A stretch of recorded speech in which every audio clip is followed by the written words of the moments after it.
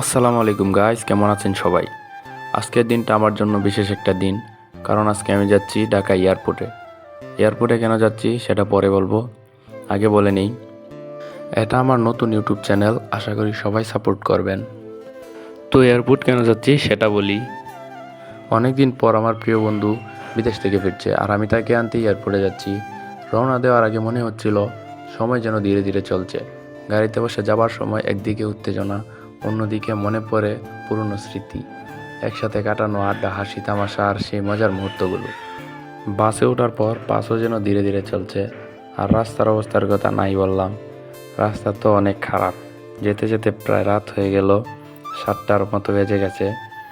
এয়ারপোর্টে ঢুকেই দেখি বন্ধু নায়কের ভেসে ফিরছে। অবশেষে বন্ধুকে বেরিয়ে আসতে দেখে বুক ভরে গেল আনন্দে। সেই মুহূর্তে বুঝলাম, দূরত্ব যতই হোক, সত্যিকারের বন্ধুত্ব কখনো কমে যায় না। আজ শুধু একজন বন্ধুকে আনতেই নয়, এটা যেন জীবনের একটি হাসি খুশির অধ্যায়।